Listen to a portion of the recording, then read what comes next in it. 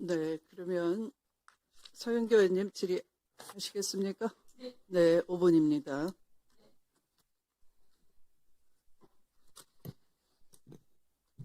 전 박영재 대법관님 잘 오셨어요.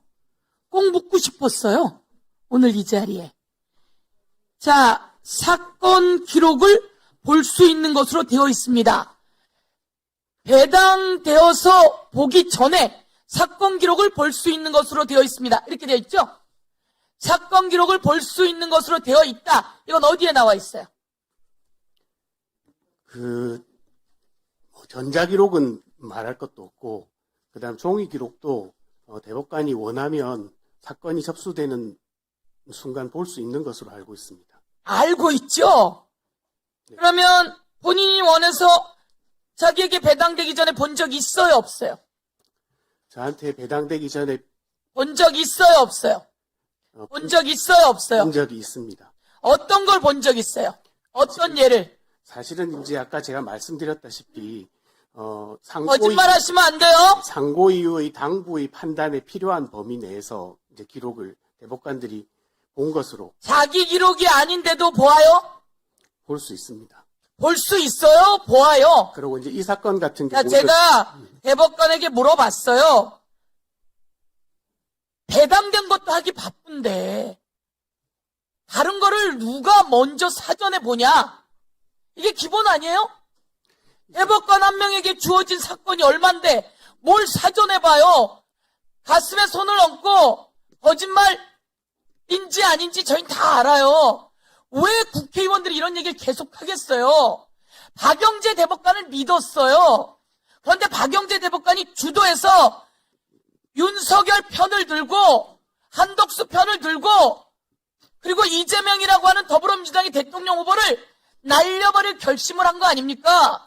이거 꼭 물어보고 싶었어요. 그런데 여러분을 꽁꽁 숨겨놓고 나오지 않은 거예요. 오늘 박영재 대법관이 이야기한 내용을 보면 말투, 표정 모두 다 해서 사전에 읽었습니다는 거짓말로 확인하는 걸로 하겠습니다.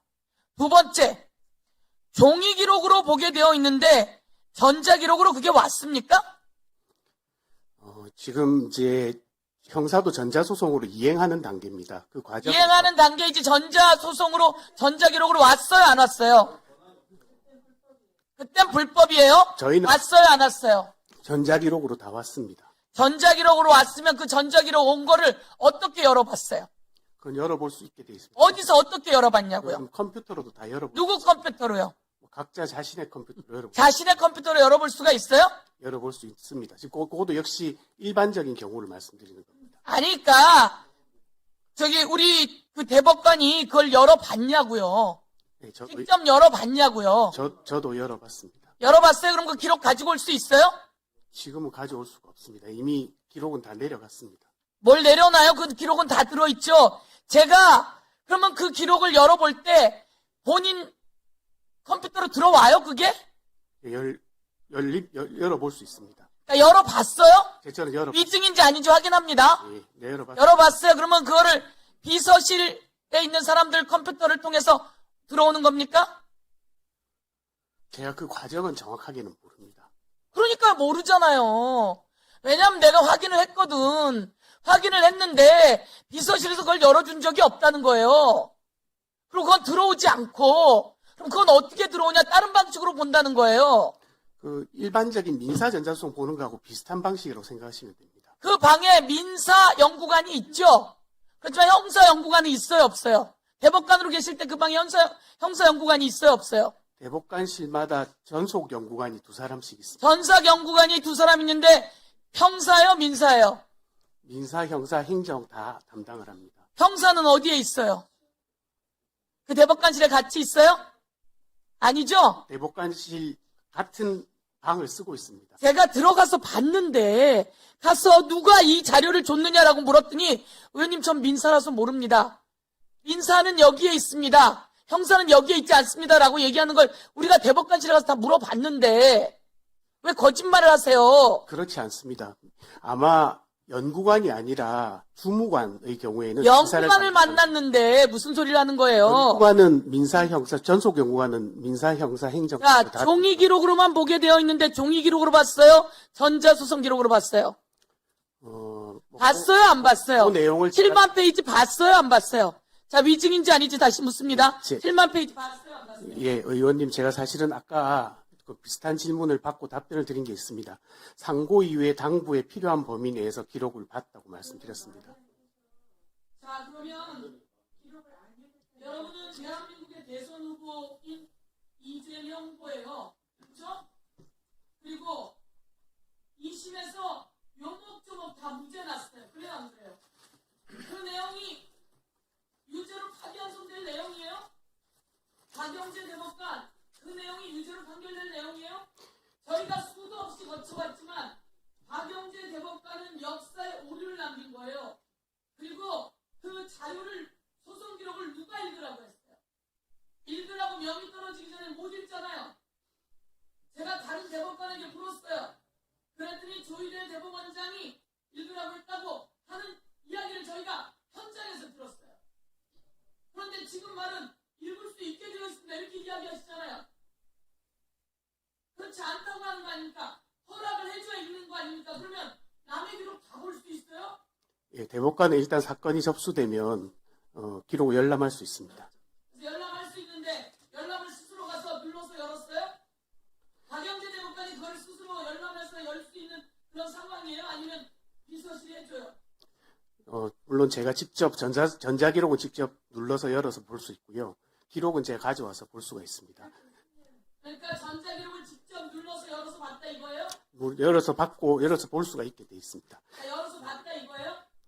제가 다시 말씀드리지만 여기서 더 말씀드리는 건 구체적인 내용은 구체적인 내용을 해야 더 이상 이야기 안 하고 끝날 거 아닙니까?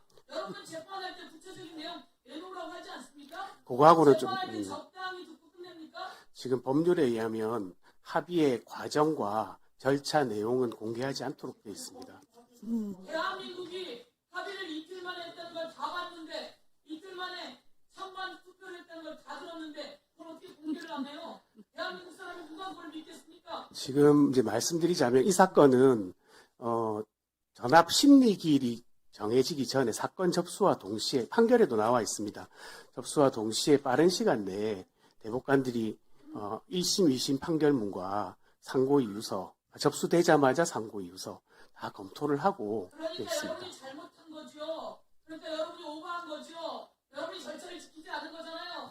다른 때도 그렇게 해요? 실제로 예전에 국정농단 사건 그리고 이제 원세훈 사건의 경우에는 접수하자마자 전 대법관이 전원합의 심리를 전제로 기록을 본 것으로 알고 있습니다. 그렇게 알고 있는 거고 이건 대선을 앞두고 있는 거 아니에요? 예, 대선을 앞두고 있는 거고 2심에서 다 무죄 나온 거 아니에요? 사건 다 주식 재판부와 소부에서 논의했잖아요. 하다가 전원합의체 심리해부했잖아요. 왜 거짓말하시는 거예요? 의심합니까? 잘못했어요, 작년에. 저희가 가지고 있는 자료에 기초해 보면 이 사건과 같은 방식으로 심리된 것이 그러한 사건들이 있다고 알고 그 있습니다. 사건은 그렇지 않다고 지금 이야기하시잖아요. 회사 전화하고 나갔잖아요. 거짓말 마세요. 대법관을 믿고 따르려면 국민의 생명을 맡기는 건데 당신들은 그렇게 거짓말하시고 그렇게 남의 목숨을 그렇게 함부로 날리시고 대한민국의 더불어민주당의 대선 후보를 날릴 작정을 했던 거 아닙니까? 거기서 여러분이 작당을 하고 모의를 했던 거 아닙니까? 그런데 이것을 법원행정처장으로 다시 와서 그렇게 하시면 반성하고 그리고 온 세상에 공개해야 되는 거 아닙니까? 그게 아무리 돌아가도 맞는 일입니까? 맞지 않잖아요. 맞지 않다고 이야기하셔야 정의로운 거 아닙니까? 실망입니다. 감사합니다. 네, 김용민 의원님 발언해 주십시오.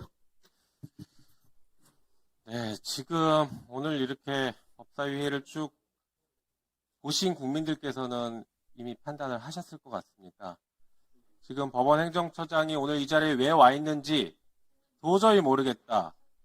그리고 답변 태도나 이 현재의 상황을 인식하는 그 인식 수준이 국민의 눈높이에는 전혀 맞지 않는다라고 생각합니다. 그래서 오늘의 결론은 저희는 이 법사위는 적어도 박영재 법원 행정처장을 인정할 수 없다라고 볼 것입니다. 조희대 대법원장은 신속하게 인사 다시 하시기 바랍니다. 이거 지금 국회와 한번 싸우자고 하는 겁니까? 법사위와 싸우자고 하는 겁니까? 어떻게 이런 인사를 하고 한마디 사과가 없습니까? 위원장님, 여기에 대해서는 우린 단호한 조치를 취해야 되고 단호한 입장을 취해야 된다고 생각합니다. 그리고 국민의힘 의원들 질타 안 할 수가 없습니다. 지금 법원 하루 종일 법원 방탄하고 이제 나가버렸지 않습니까? 이분들 도대체 무슨 얘기를 하고 있었습니까? 법원을 계속 옹호만 하고 있습니다. 국민의 눈높이에 맞지 않고 국민 주권을 침해하려고 했던 그 중차대한 사건에 대해서 법원의 판결에 대해서 왈가왈부하지 마라 라는 형식적인 논리, 해괴망측한 논리로 계속 퉁치고 넘어가려고 합니다. 이런 식으로 시간 끌고 넘어가려고 하는 것, 그 저희가 무엇인가 생각 안 할 수가 없습니다. 지금 법원에서 국민의힘 이쪽에서 배출한 대통령과 국무위원들 그리고 이쪽에서 배출한 국회의원들 싹 다 재판받고 있지 않습니까? 내란이 인정되고 내란이 확정되면 내란 정당 해산될 테니까 지금 겁먹어서 법원 앞에 바짝 엎드린 거 아닙니까? 법원 행정처장 우리 잘 봐주세요. 지금 이러고 있는 거 아닙니까? 이게 법사위가 지금 그런 장이 돼버렸습니다. 국민들께 너무 부끄럽습니다. 지난 5월 1일 전원합의체 판결은 대통령 바꿔치기 시도입니다. 조희대에 의한 국민주권 침해라고 우리가 계속 주장했지만 실제 그 작전에 국민의힘이 조응했지 않습니까? 자기들이 뽑은 대통령 후보 김문수를 갑자기 한덕수로 교체하겠답니다. 느닷없이. 그것이 바로 대통령 바꿔치기 하려고 했던 그 작전 같이 모의하고 실행했던 거 아닌가요? 국민들은 그걸 의심하고 있습니다. 그 의심했던 그 상황에 지금 핵심 주범이 지금 법원 행정처장이에요. 그럼 이 자리에 왔으면 적어도 오늘 거기에 대해서 해명을 해야죠. 해명 안 할 거면 왜 합니까? 저는 그래서 이 문제는 우리가 더 심각하게 바라봐야 될 것 같고 법원 행정처장으로 인정할 수 없다고 생각합니다. 네, 수고하셨습니다.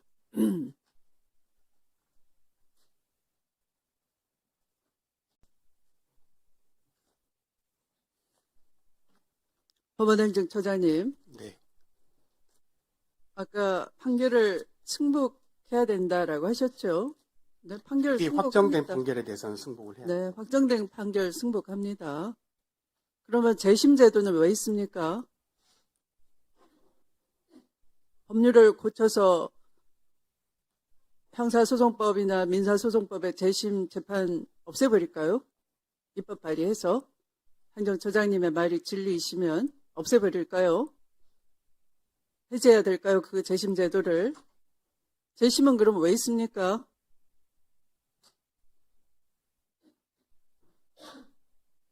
수사 날조, 증거 조작 그런 거 있을 수 있죠?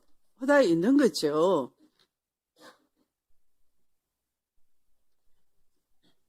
(2005년) 법원이 특히 공안 사건,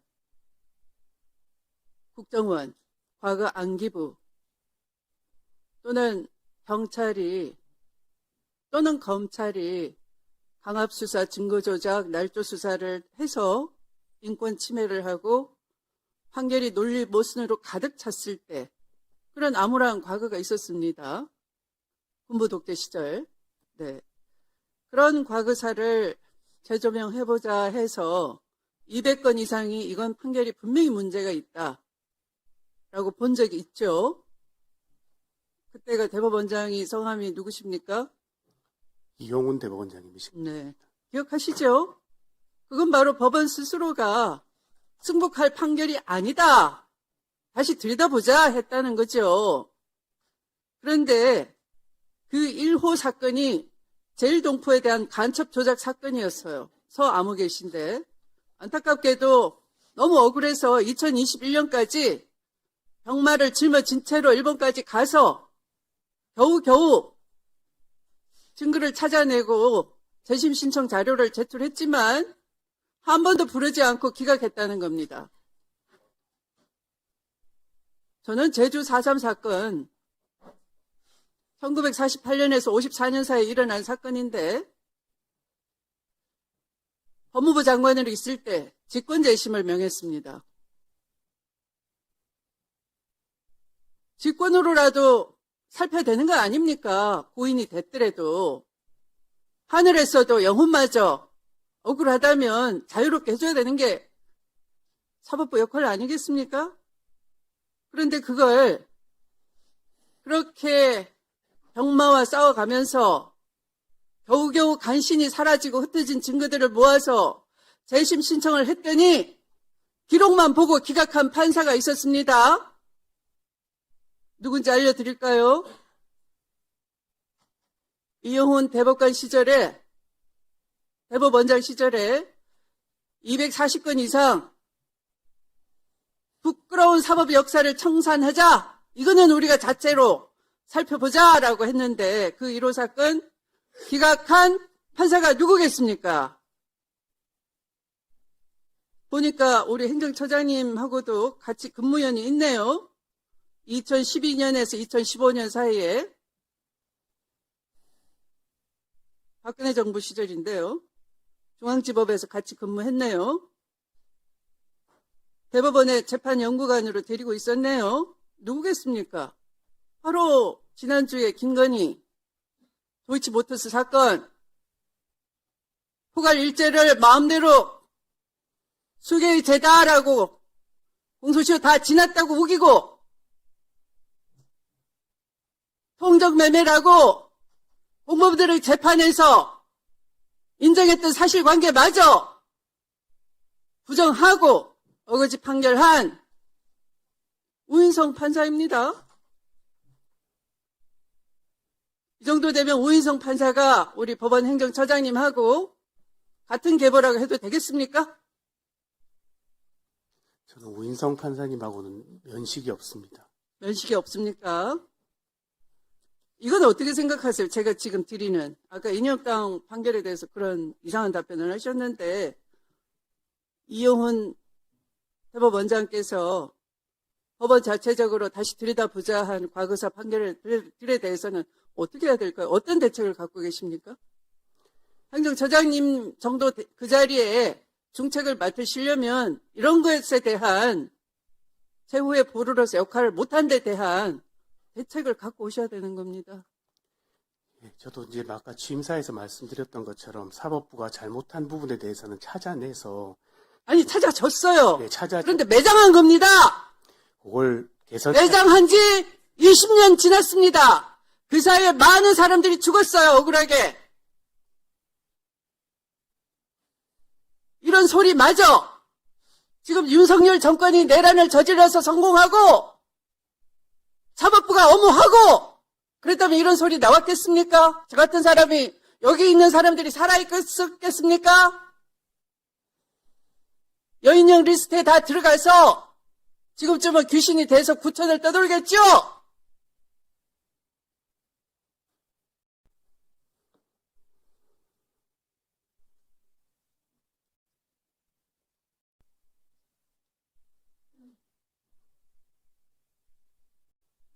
희대의 부조리라는 그런 말씀 듣고 아무 감정이 안 드십니까? 전혀 공감이 안 생기십니까? 창피하지 않으십니까? 무참하지 않으십니까? 말하는 저희들로서는 그런 말 하면서 이런 말까지 해야 되나? 그런 생각 안 들겠습니까? 붙인 말을 하고 싶겠습니까?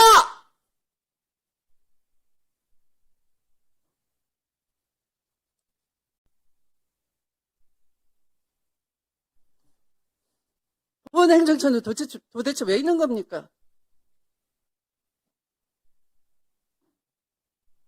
끼리끼리 사법시험 우수한 성적으로 붙고 편한 근무처 발령받고 판례연구 모임 하면서 지식 자랑하시고 좋은 보직 받으시고 출세하고 대법관 되고 서로 선후배 돼서 끌어주고 밀어주고 좋은 로펌 가고 그렇게 하는 산실로서의 법원 행정처입니까? 국민에 대한 책무는 전혀 없습니까? 법원의 부끄러운 역사에 대해서 어떻게 해야 되겠다는 방책은 없는 겁니까?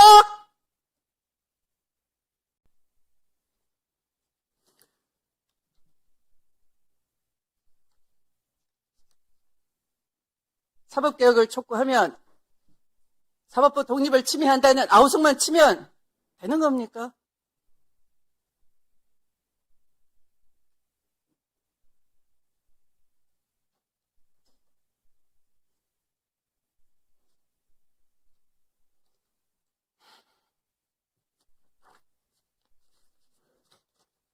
행정처장님이 자발적으로 물러나지 않으시면 우리는 청문회를 해보겠습니다. 적격인지 아닌지 살펴보기로 하겠습니다.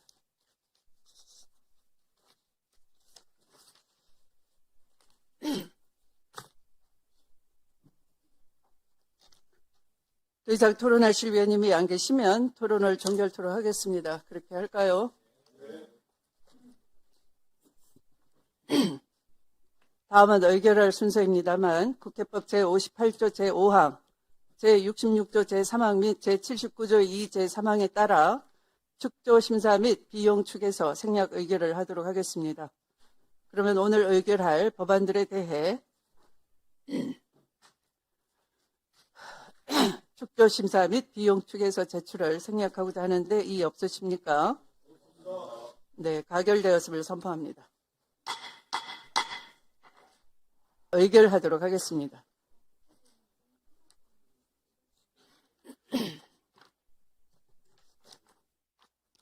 먼저 의사일정 제3항 공탁법 일부 개정 법률안은 소위원회에서 심사 보고한 바와 같이 수정한 부분은 수정한 대로, 그 외의 부분은 원한 대로 의결하고자 하는데 이의 없으십니까? 네, 가결되었음을 선포합니다. 다음 의사일정 제4항부터 제9항까지 법률안은 소위원회에서 심사 보고한 바와 같이 각각 본회의에 부의하지 아니하고 이를 통합 조정한 의사일정 제10항 민법 일부 개정 법률안 대안을 제안하고자 하는데 이의가 없으십니까? 네, 가결되었음을 선포합니다. 다음 의사일정 제11항부터 제16항까지 법률안은 소위원회에서 심사 보고한 바와 같이 각각 본회의에 부의하지 아니하고 이를 통합 조정한 의사일정 제17항 법원조직법 일부 개정 법률안 대안을 제안하고자 하는데 이의가 없으십니까? 가결되었음을 선포합니다. 다음 의사일정 제18항부터 제27항까지 법률안은 소위원회에서 심사 보고한 바와 같이 각각 본회의에 부의하지 아니하고 이를 통합 조정한 의사일정 제28항 각급 법원의 설치와 관할 구역에 관한 법률 일부 개정 법률안 대안을 제안하고자 하는데 이의가 없으십니까? 가결되었음을 선포합니다. 다음 의사일정 제29항부터 제31항까지 법률안은 소위원회에서 심사 보고한 바와 같이 각각 본회의에 부의하지 아니하고 이를 통합 조정한 의사일정 제32항 민사소송법 일부 개정 법률안 대안을 제안하고자 하는데 이의가 없으십니까? 가결되었음을 선포합니다. 다음 의사일정 제33항부터 제35항까지 법률안은 소위원회에서 심사 보고한 바와 같이 각각 본회의에 부의하지 아니하고 이를 통합 조정한 의사일정 제36항 민사집행법 가결되었음을 선포합니다.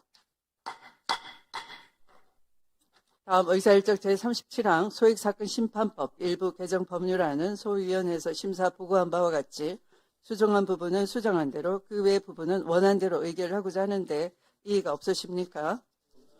가결되었음을 선포합니다.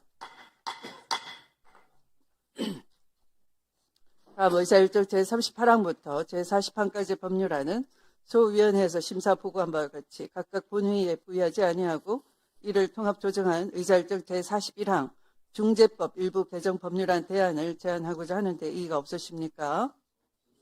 가결되었음을 선포합니다.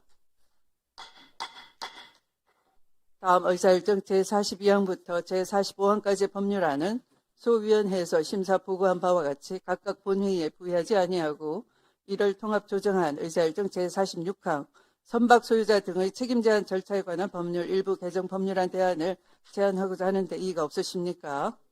가결되었음을 선포합니다. 다음은 의사일정 제47항 행정소송법 일부 개정 법률안은 소위원회에서 심사 보고한 바대로 우리 위원회 안으로 제안하고자 하는데 이의가 없으십니까? 네, 가결되었음을 선포합니다. 다음 의사일정 제48항 질서위반 행위규제법 일부 개정 법률안은 소위원회에서 심사 보고한 대로 우리 위원회 안으로 제안하고자 하는데 이의가 없으십니까? 가결되었음을 선포합니다. 오늘 의결한 안건의 자구 정리 등에 관한 사항은 위원장에게 위임해 주시기 바랍니다. 이상으로 오늘 회의를 마치기 전에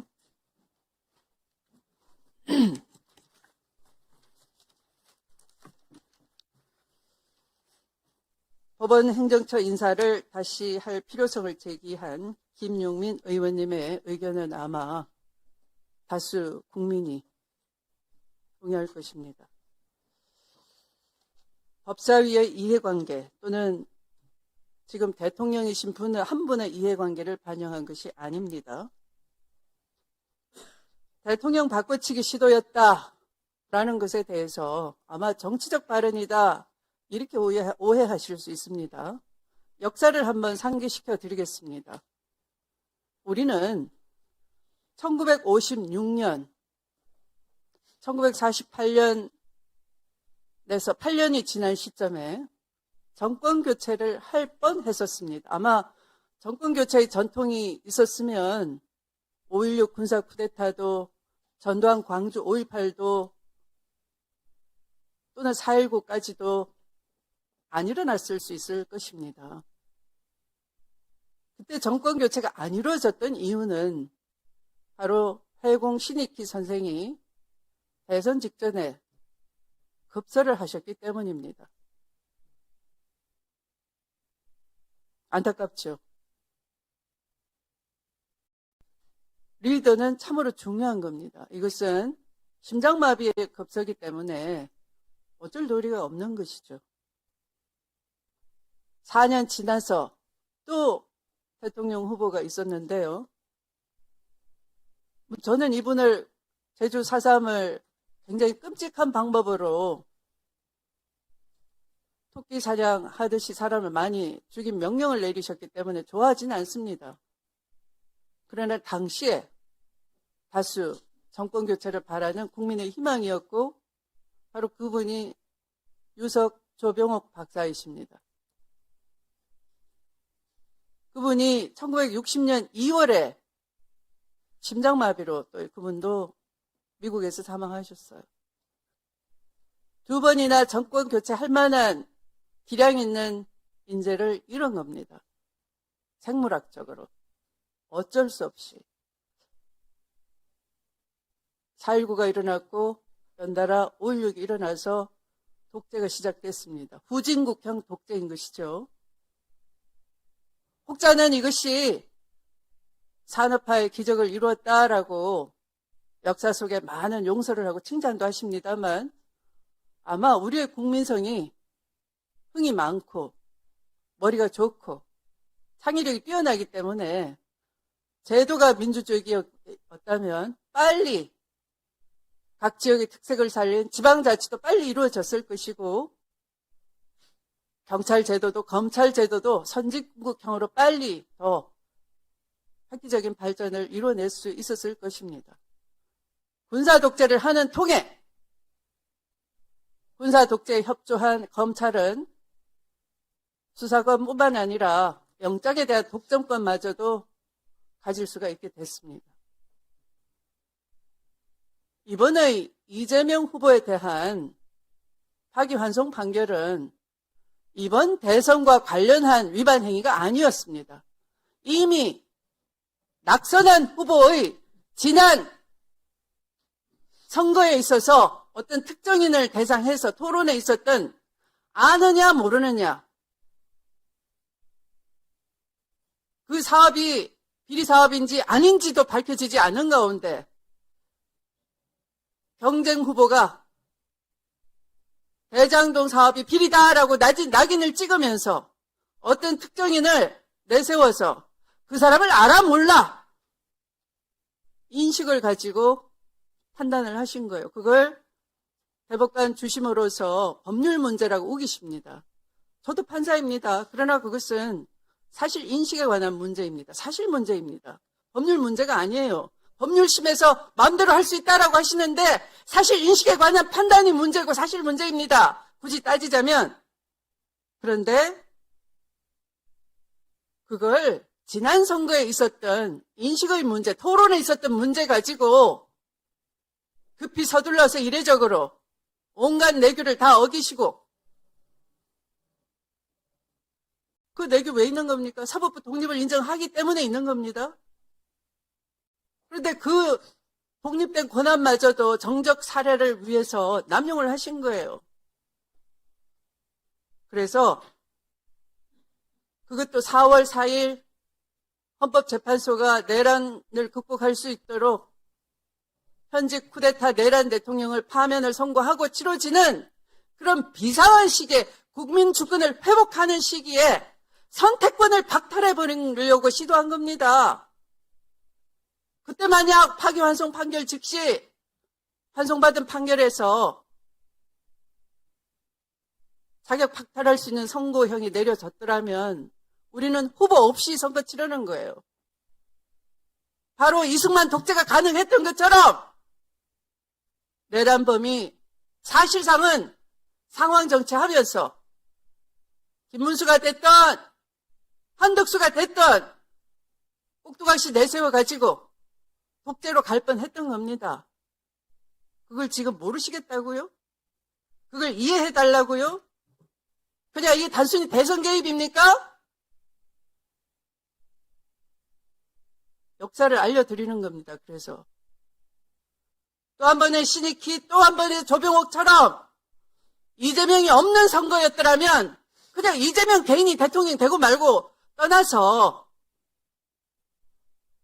우리는 극복할 수 없는 독재의 길로 쉽게 빠져드는 겁니다. 그래서 사법정의 회복은 이루어질 수 없는 거였어요. 아까 이용훈 대법원장님 말씀 드렸는데 그럼 또 수백 건, 수천 건이 억울한 사건이 또 생기는 겁니다.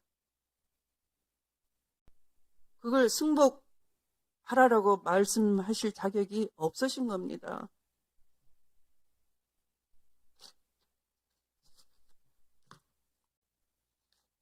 하도 기가 차서 드리는 말씀입니다. 전혀 공감을 하시는 눈치가 아니셔서 어쩌면 저리도 눈치가 없나 하도 개의해서 마지막 잔소리를 좀 했습니다. 듣기 거북하셨겠지만 다시 한번 숙고해 보시기 바랍니다.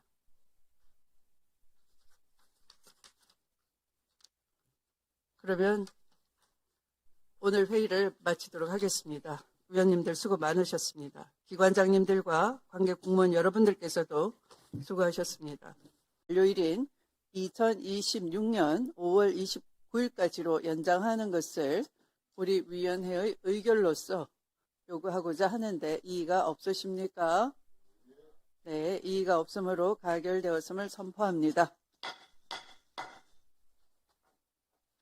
다음 의사일정 제2항 증인 고발의 건을 상정합니다.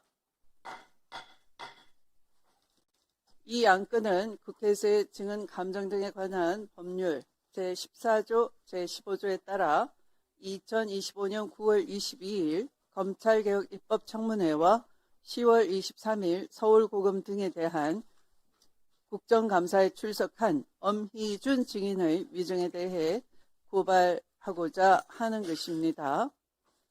엄희준 증인은 첫째로 25년 9월 22일에 법사위의 검찰개혁 입법청문회에서 또 2025년 법사위 국정감사에서도 일방적인 지시는 하지 않았고 주임검사의 의견을 들었다라는 취지로 증언한 바 있습니다.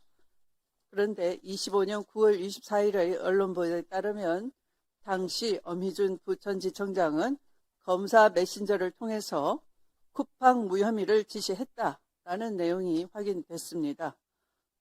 둘째, 엄희준 증인은 25년 9월 22일 법사위 검찰개혁 입법청문회에서 25년 2월 21일 가장 사건 내용을 잘 아는 주임검사에게 증거관계를 들었다라는 취지로 증언을 했습니다.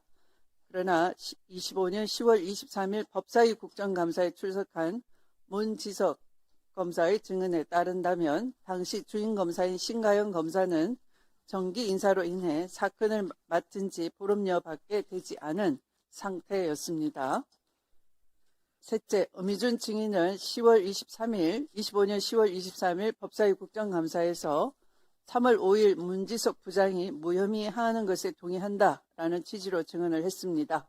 그러나 25년 10월 23일 문지석 검사는 법사위 국정감사보다 앞선 25년 10월 15일 기후노동위 국정감사에서 불기소 처분에 동의하지 않다라는 취지로 증언한 바 있습니다.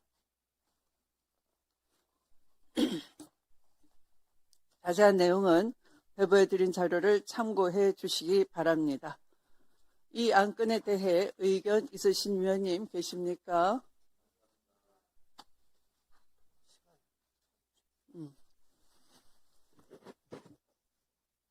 네, 신동욱 위원님 3분간 하겠습니다. 예, 지금 엄희준 정인에 대한 위정 고발 사유를 보면 이런 걸 가지고 어떻게 위정으로 고발을 할 수가 있겠습니까? 첫 번째가 일방적 지시하지는 않았고 주임검사 의견을 들었다고 했는데 언론 보도에 따르면이라고 하는데 우리 국회가 언론 보도를 가지고 위정을 판단하는 것 자체가 있을 수 없습니다. 언론 보도도 오보도 많고 또 언론 매체에 따라서 여러 가지 다양한 의견을 개진하는 경우 많은데 언론 보도를 가지고 위정한다. 이거는 제가 상식적으로 좀 맞지가 않고 두 번째, 신가영 검사가 사건 맡은 지 보름여밖에 안 되는데 어떻게 사건 내용을 잘 아는 주임 검사에게 증거관계 들었다라는 것이 말이 되느냐 이제 이런 취지로 위정이라고 그러는데 사건 맡은 지 보름밖에 안 되면 잘 모릅니까? 제가 검사 안 해봐서 모르겠는데 적어도 제 경험으로는 보름 정도면 중요한 사건은 수사를 안 했다고 하더라도 그동안 수사해 놓은 거 보면 사실관계를 파악하는 데는 너무나 충분한 시간이라고 생각을 하고 그래서 이런 아주 추상적인 걸 가지고 위정을 고발한다는 거 있을 수 없다고 생각을 하고요. 세 번째는 엄희준 정인보다 먼저 나온 문지석 검사가 기후노동위 국정감사에서 동의하지 않았다라는 취지로 증언했는데 그 다음에 나온 엄희준 정인이 무혐의하는 것에 동의했다라는 취지로 증언했다고 그러는데 그런 문지석 검사와 엄희준 정인의 증언이 다른 것 아니겠습니까? 그런데 일방적으로 문지석 검사의 말은 맞고 엄희준 정인의 증언은 위정이다라고 하는 그런 단정적인 판단을 할 수가 있습니까? 그래서 결론적으로 이 세 가지 위정의 그 이유를 보면 단 하나도 위정을 했다라고 확실한 게 없습니다. 근데 어떻게 위정으로 저희가 고발을 합니까? 저는 절대 이런 식의 위정 판단은 우리 국회에서 해서는 안 된다고 생각합니다. 이상입니다. 네, 김영민 의원님. 네, 뭐 잘 아시는 것처럼 엄희준 검사가 이 국정감사랑 청문회에 와서 매우 뻔뻔하게 거짓말을 했고 그와 반대로 문지석 당시 부장검사는 법사위 그리고 기후환경노동위원회에서 정말 직을 걸고 용기 있게 진술을 했습니다. 그 진술의 답변 태도나 내용들 구체적인 정황들을 보면 누가 보더라도 거짓말을 누가 하고 있는지는 사실 국민들께서 판단이 끝났다고 생각합니다. 거기에 대해서 그렇게 말씀하시니까 한두 가지 좀 반박을 좀 해드리자면 첫 번째 내용이 그 신가영 주임검사에게 무혐의 지시했다라는 것이 언론 보도 하나만 가지고 어떻게 무혐의 지시했다 안 했다를 판단할 수 있냐라고 하셨는데 당시 문지석 검사의 증언도 있었습니다.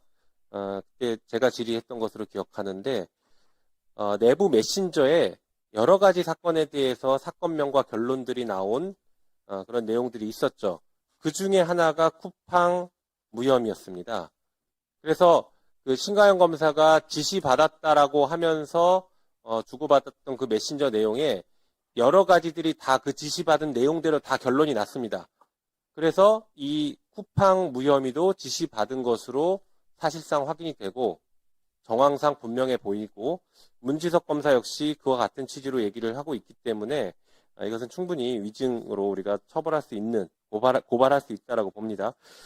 그리고 그 사건 맡은 지 얼마 안 됐다라는 그 관련해서는 사실 이 사건에서 원래 주인 검사가 다른 데로 지금 발령받아서 갔죠. 그리고 신가영 검사는 새로 인사 발령받아서 왔는데 기록 자체가 6, 7건으로 굉장히 두껍습니다. 이거 다 증언에 나왔던 얘기입니다. 굉장히 방대한 양의 기록을 다른 사건도 다 있는데 보름 만에 이 사람이 보고 가장 잘하는 사람이다 라고 평가할 수 없고 오히려 그 당시에는 문지석 검사가 제일 잘 알고 있었죠. 이 사건을 부장검사로서 계속 다루고 있었기 때문에 그래서 이제 그 부분이 허위로 저희가 판단할 수 있다는 부분이고 마지막 부분은 이거 너무 명백하지 않습니까? 문지석 부장이 무혐의하는 것에 대해서 동의했다라고 허위로 증언을 하고 문지석 검사는 거기에 대해서 난 동의한 적 없다. 그리고 이 자리에서까지 계속 동의하지 않았다고 끝까지 지금 나와서 다투고 있는 것이 그 진정성, 그 신빙성 이런 것들을 보면 어미준이 거짓말하는 것이 명백하다고 보입니다. 그래서 이것은 저희가 고발을 하고 그러면 이게 수사가 진행되면 수사기관에서 그 혐의 유무에 대해서 명확하게 판단할 수 있을 거라고 생각됩니다. 이것은 사실 우리 국회에 특히 법사위에 건의와도 문제가 됩니다. 이 법사위에서 나와서 함부로 위증하면 된다라는 그런 선례를 절대 남겨서는 안 되기 때문에 고발을 해야 된다고 생각합니다. 네, 나경원 의원님. 사건은 우리 의원님들 잘 아시다시피 쿠팡 그 퇴직 근로자에 대한 퇴직금에 관한 무혐의 처분부터 시작하는 겁니다. 이 무혐의 처분은 어미준 검사가 있는 부천 지청에서만 이루어진 것이 아니라 다른 청에서도 무혐의 처분을 했습니다. 그런데 왜 어미준 검사만 문제를 삼느냐? 이거는 결국 이재명 대통령 사건 수사한 수사검사에 대한 보복 아닌가 하는 의심을 들게 하는 것입니다. 또 하나 문제는 이 쿠팡 노조 문제를 이 쿠팡 죽이게 하는 것 중에 하나가 쿠팡이 이번에 뭐 정보를 유출하고 침해된 부분에 있어서 그 책임을 묻는 것에 대해서는 저도 100% 동의합니다만 이 새벽 배송 금지부터 시작해서 실질적으로 쿠팡 죽이기를 통한 이것이 민노총의 비위 맞추기 아니냐 이런 의심 또한 듭니다. 또 세 번째는 이러한 결과가 결국은 한미 간에 굉장히 불편함을 초래할 수 있다는 부분에 대한 걱정도 말씀드립니다. 지금 증인을 고발하겠다는 이유는 사실은 두 사람의 증언 중에서 누구를 믿느냐의 문제인데요. 결국 문지석 검사의 증언을 믿는다면 이것을 고발하는 것이 맞겠지만 이 보면은 어느 누구의 증언을 믿느냐의 문제입니다. 그래서 우리가 함부로 어미준 검사를 이렇게 고발하는 것은 지금 현재 특검의 수사가 진행되고 있는데 이 부당한 압력이 될 수도 있다. 그리고 아까 말씀드린 것처럼 이 쿠팡 노조의 문제가 시작된 것은 실질적으로 민노총에서 쿠팡 노조가 탈퇴한 이후부터 시작이 되었습니다. 그래서 사실 지난 작년에 민주당은 새벽 배송 금지로까지 확대하다가 여론이 나빠지니까 이것을 걷어들였습니다.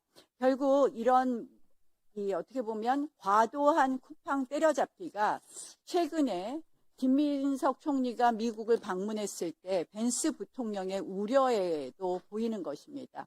저희가 잘못된 부분에 있어서는 쿠팡을 질책해야 되겠지만 이러한 과도한 때려잡기로 인해서 실질적으로 한미 간의 이 관세에 있어서도 악영향을 줬다면 매우 조심스럽게 우리 법사위에서 접근해야 된다고 생각을 합니다. 그래서 이 팩트 부분을 먼저 봤을 때부터 시작해서 이 사건을 우리가 고발하고 과도하게 여기에 집착했을 때 결국은 우리 관세 문제에 있어서도 악영향을 미친다는 부분을 분명히 드립니다.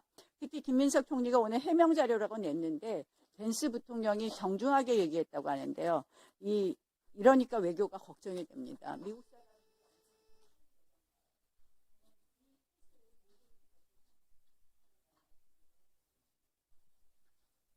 네, 토론하실 위원님도 계십니까? 네, 최혁진 의원님 3분입니다.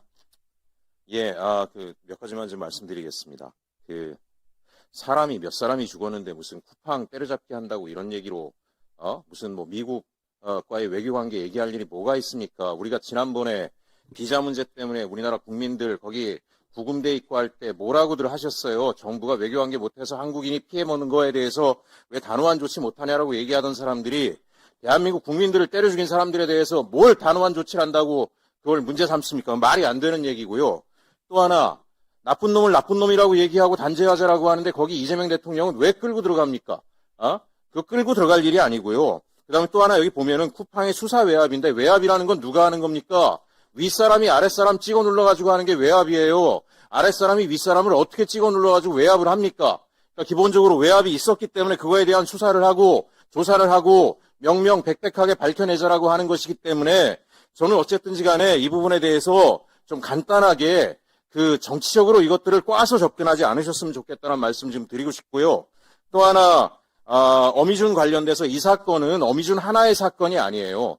지금 대한민국에서 국민들이 계속 갈등을 하고 극단적인 선택을 하고 하는 것들이 뭐겠습니까? 대한민국 사회에서 힘이 없고 빽이 없고 권력이 없으면 항상 억울한 일을 당하기 때문에 사람들이 거기에 대해서 절망하고 분노하고 자살하고 하는 거 아니겠습니까? 지금 쿠팡 관련된 경우에도 대기업하고 싸우면 노동자가 지는 거고 비정규직이 지는 거고 계약직이 지는 거고 이런 일들이 반복적으로 돼 있는데 정치권이 여기에 대해서 명확하게 해결을 안 해주고 걸핏하면 애매모호한 태도를 하고 가진 자의 편을 들고 권력을 가진 자의 편을 들고 검사 같은 사정기관들이 덮어주고 무혐의 처리해주고 이런 일들이 반복되기 때문에 국민들이 분노하고 있는 거 아닙니까? 그러니까 이 문제에 관련해서는 엄단하고 제가 검찰 쪽에 물어보니까 어미준 검사는 거의 인간 백정 수준이라고 누가 얘기를 하시더라고요. 예? 있는 놈들 편에 들어가지고 서민들, 노동자들 괴롭히는데 앞장서는 그런 검사인데 이거에 대해서는 여야가 지금 한뜻으로 모아서 단호하게 처단하는 그러한 모습을 대한민국 국회가 좀 보여줬으면 좋겠습니다. 이 문제에 대해서 더 이상 이상한 얘기 하지 마시고 저는 국회 위증 사건으로 존경하는 위원장님 고발을 하셔가지고요.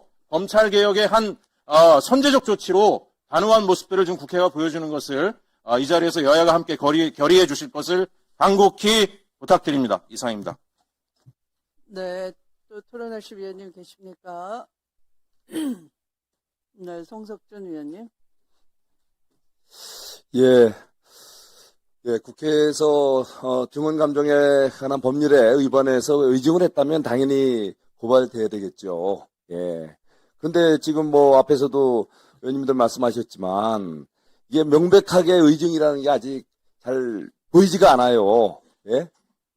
그런데 이렇게 목소리 높여서 이렇게 얘기한다고 해서 의증 대상이 되는 거 아니잖아요. 우리 국회가 권위가 있어야죠. 예, 의증한다면 의증에 대한 명확한 근거를 갖고 이렇게 의증을 의뢰해야 고발받은 수사기관에서도 좀 제대로 된 수사를 할 수 있을 거 아니겠어요? 근데 우리가 그동안 쭉 지켜봤잖아요. 이 어미준이라는 분이 어쩌면은 여러분들은 약자를 위해서 우리가 국회가 일해야 된다고 그러면서 약자가 아닌 강자 이재명 대통령을 비유하기 위한 거라는 생각을 지울 수가 없잖아요. 그동안에 이 어미준 검사가 어떤 분이에요? 백현동 사건, 뭐 대장동, 이렇게 개발 비리 사건에 대해서 집중 수사를 했고 이재명 대통령에 대해서 직접적인 관련된 사건을 다뤘단 말이에요. 왜 이렇게 이분들을 집요하게 이재명 대통령 관련된 과거에 관련된 사건을 다른 검사들마다 그렇게 이 자리에서 법사위에서 많이 우리가 불러서 망신도 주고 또 여러 가지 겁박도 하고 이랬지 않습니까? 자, 그렇게 했으면 됐잖아요. 그런데도 이렇게 명백하게 안 나오는데 이렇게 억지로 근거도 희박한 이거 갖고서 의중을 또 하겠다고 하면 지금 수사기관들 여러분들 아시는 대로 바빠요. 예, 여러분들이 지금 검찰 지금 해체시켜놓는다는데 그래갖고 검찰도 지금 거의 손을 놓고 있죠. 일선 수사기관들 가보면요. 정말 민생사건들이 척척이 쌓여 있어요. 이런 식으로 자꾸 또 정쟁의 대상으로 멀쩡한 검사들을 또 수사 의뢰하고 고발하고 이러면 우리 국회 권위까지 없어져요. 이거 막상 수사하다가 나중에 만약에 아무 혐의 없으면 나오면 어떻게 하실 거예요? 우리 법사위가 가서 그때 가서 사과할 겁니까?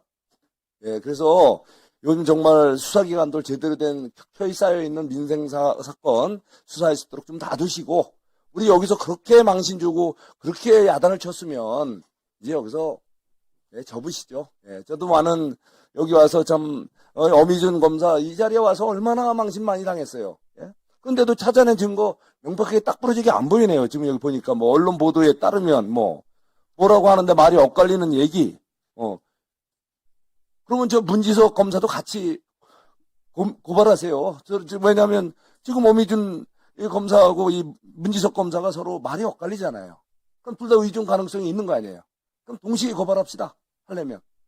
좀 이러지 마시고 제발 좀 우리 수사기관들 민생 사건에 집중할 수 있도록 국회에서 좀 이번에 자제했으면 좋겠습니다. 예, 이상입니다. 네, 또 토론하실 의원님 계십니까? 네, 이성윤 의원님. 정말 전주시을 이성윤입니다. 어미준 검사가 국회에 나와서 참 뻔뻔하게 거짓말했습니다. 작년 9월 22일 날 나와가지고 그 뻔뻔하게 거짓말한 사실을 다 복독했고 또 어떤 의원님들은 언론 보도만 가지고 고발을 하느냐 이렇게 말씀하시는데 그때 보도 내용을 보면 명백히 물증이 있습니다. 물증. 그 당시에 어미준 검사가 김영문 의원님의 질문에 대해서 주임검사를 부른 적이 있는데 증거관계를 물어보고 의견을 듣고 제가 청취를 했다. 일방적으로 지시를 하지 않았다. 이렇게 답변을 했어요. 그런데 그 언론 한번 찾아보십시오. 그 주임검사가 부장한테 보낸 검찰 내부 메신저가 있습니다. 이렇게 돼 있어요. 부장님 저 신땡땡 검사입니다. 금요일에 청장님이 어미준 검사입니다. 직접 부르셔서 청장실에 다녀왔었습니다. 청장님께서는 그 방 사건이 어려운 게 많은데 고생이라고 하시면서 검토 방향을 알려주었는데 공직자 이해충돌 방지법 사건 구약식, 쿠팡 무혐의, 김포 한방병원 무혐의, 조선해양 대표이사 보고 부분 검토 이 정도 지시를 했다고 나와 있어요. 물증입니다. 물증 이렇게. 메신저 물증이 있습니다. 그런데 이런 명백한 물증을 보고 우리가 고발 안 씁니까? 그리고 특검이 이거 조사하고 있습니다. 이걸 가지고 국회에서 정말 특검 수사를 위해서 이런 물증을 고발하겠다는 것인데 그게 뭐가 문제인지. 그리고 이재명 대통령과는 뭔 상관이 있습니까? 그 당시에 보시면 그 당시에 어미준 지청장이 자기는 그렇게 했어요. 신검사가 배당받은 지가 10일 보름밖에 안 된 때예요. 그런 검사, 순진한 검사를 불러다 놓고 이 사건 이렇게 처리해라. 이거 결론까지 다 알려줬어요. 이게 명백한 외압이지 또 뭡니까? 이런 검사를 처벌하자고 만든 것이 지금 특검이 상설특검이고 이런 진실을 규명하는데 국회에서 국회 법사위가 뭡니까? 정의를 바로 세우는 것이잖아요. 법적 병의를 바로 세우기 위해서 저는 당연히 고발 조치를 해야 된다. 더군다나 언론 보도만 나온 게 아니고 물증까지 명백하게 보도된 상황에서 고발을 통해서 우리 법사위가 고발을 통해서 정의를 바로 세우는 것이 맞다라고 생각합니다. 이상입니다. 네, 아까 제가 증인 고발의 그 필요성 사유를 말씀드릴 때 좀 정정해야 될 것 같습니다. 지금 방금 이성윤 의원님이 말씀하신 바와 같이 이 검찰 내부 메신저에 의하면입니다. 내부 메신저에 청장이 불러서 청장실에 다녀왔는데 검토 방향을 알려주셨다. 그래서 몇 건을 거론하면서 쿠팡은 무혐의해라 라는 것을 그 부장검사 문지석에게 따로 보고를 하고 있습니다. 이게 이거죠. 네, 그래서 언론 보도에 의하면이 아니에요. 사실은 검찰 내부 메신저에 의하면이고 이 언론 보도는 그냥 참고하시면 되는 겁니다. 우리가 고발하면은 수사에 밝혀지면 되는 것뿐입니다. 그렇다고 우리가 언론 이 판단을 안 하고 고발하는 게 아니고요. 이 의혹은 마땅히 고발돼야 하는 것이고 이제 수사기관이 수사하면 되는 겁니다. 우리가 바로 고발했다고 바로 처벌되는 게 아니지 않습니까? 그리고 이것은 뭐 다른 의원님께서는 이 전국 지침이 있었던 것이고 어미준 부천 지청장만 그런 것이 아니다라고 하시는데